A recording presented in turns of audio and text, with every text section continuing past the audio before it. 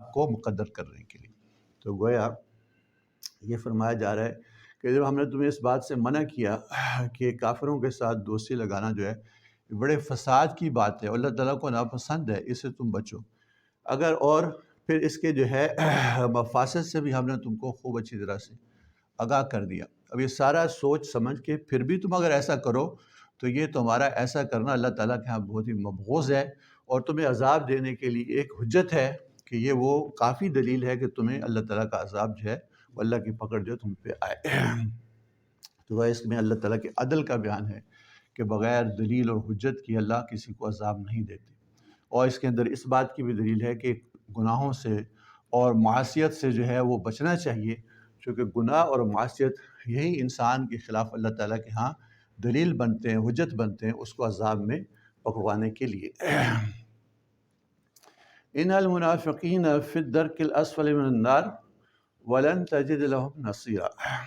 ان یقیناً المنافقین منافق فی الدرک الاسفل من النار آگ کے سب سے نچلے طبقے میں ہوں گے، یعنی جہنم میں جب ان کو ڈالا جائے گا تو منافقوں کے لیے جو سزا مقرر ہوگی وہ جہنم کا الدرک الاسفل ہوگا، سب سے نچلا طبقہ۔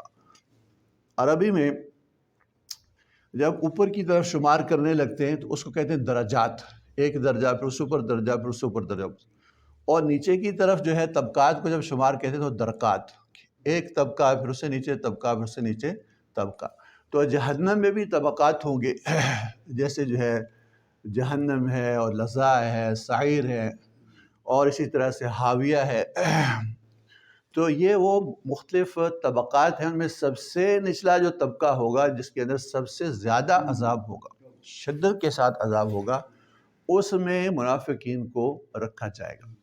وجہ اس کی یہ ہے کہ وہ کافروں سے زیادہ بڑا ان کا جرم ہے، کہ کفر تو ہے ہی ان کے اندر، لیکن اس کے ساتھ ساتھ دنیا میں وہ اللہ تعالیٰ کی سزا اور پکڑ سے اور مسلمانوں کی گرفت سے محفوظ رہے اپنے نفاق کی وجہ سے، اور پھر مسلمانوں میں ملے جلے رہے اور بہت شدید نقصان پہنچاتے رہے۔ کافر تو دشمن ہے، بالکل سامنے اس کا پتہ لگتا ہے، لیکن منافق تو آپ کی صفوں کے اندر ہے، آستین کا سانپ ہے، تو وہ کسی وقت بھی کسی طرح سے جو ہے نقصان پہنچا سکتا ہے۔ تو گویا ان کا جرم جو ہے کافروں سے بھی زیادہ شدید ہے، اس لیے جیسا ان کا جرم ہے ویسی ان کی سزا ہے کہ یہ جہنم کے سب سے نچلے طبقے کے اندر جو ہے ان کو رکھا جائے گا، اور ایسی شدید جو ہے آگ کے اندر ان کو جلایا جائے گا۔ وَلَن تَجِدَ لَهُمْ نَصِيرًا، اے مخاطب تو ان کے لیے نہ پاؤ گے کوئی مددگار جو ان کو اس سزا سے بچا سکے اور ان کو نکال سکے۔ إِلَّا الَّذِينَ تَابُوا وَأَصْلَحُوا وَاعْتَصَمُوا بِاللَّهِ وَأَخْلَصُوا دِينَهُمْ لِلَّهِ فَأُولَٰئِكَ مَعَ الْمُؤْمِنِينَ وَسَوْفَ يُؤْتِ اللَّهُ الْمُؤْمِنِينَ أَجْرًا عَظِيمًا۔ إِلَّا الَّذِينَ تَابُوا، یہ استثناء کیا ہے کہ ان منافقین میں سے وہ لوگ نکل جائیں گے، الَّذِينَ تَابُوا، کہ جن نے توبہ کر لی، یعنی اپنی منافقت سے، اپنے نفاق سے مرنے سے پہلے توبہ کر لی اور سدھر گئے، اور اپنے ایمان کو جو ہے بہت عمدہ کر لیا اور خالص کر لیا، اخلاص والا کر لیا۔ وَأَصْلَحُوا، اور اپنی اصلاح کر لی، اپنے ظاہر اور باطن کی اصلاح کر لی۔ وَاعْتَصَمُوا بِاللَّهِ، اور وہ اللہ تعالیٰ کی رسی کو انہوں نے مضبوطی سے پکڑ لیا، یعنی ہر فائدہ حاصل کرنے کے لیے، ہر نقصان سے بچنے کے لیے وہ اللہ ہی کی طرف رجوع کرنے والے،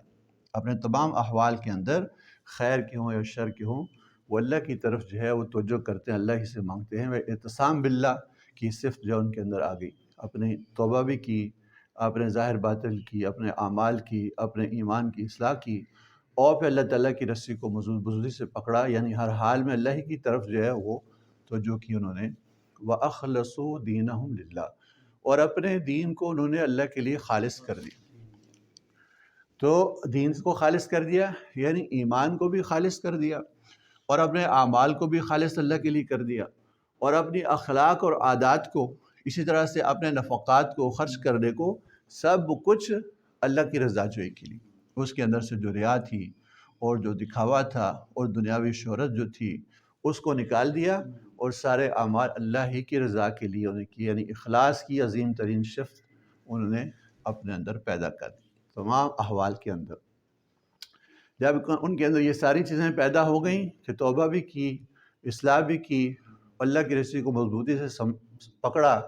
اور اپنے اندر اخلاص پیدا کیا، تو ان کا انعام کیا ہے؟ فَأُولَٰئِکَ مَعَ الْمُؤْمِنِينَ، تو یہ وہ لوگ ہیں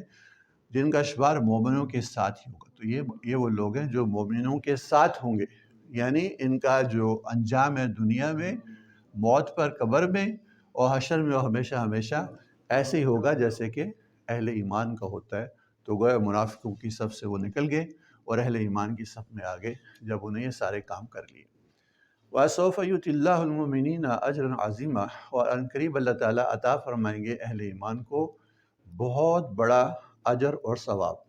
ان کے ایمان پر اور ان کے اعمال پر بڑھا چڑھا کے ان کو ایسا اجر اور ثواب عطا فرمائیں گے جس کو کسی آنکھ نے دیکھا نہیں اور کسی کان نے سنا نہیں اور کسی کے دل پر اس کا گمان نہیں گزرا۔ تو جس کو عظیم ذات عظیم کہہ رہی ہے تو کتنا وہ اجر عظیم ہوگا، اللہ تعالیٰ اہل ایمان کو ایسا اجر عطا فرمانے والے۔ ما یفعل اللہ بعذابکم ان شکرتم وآمنتم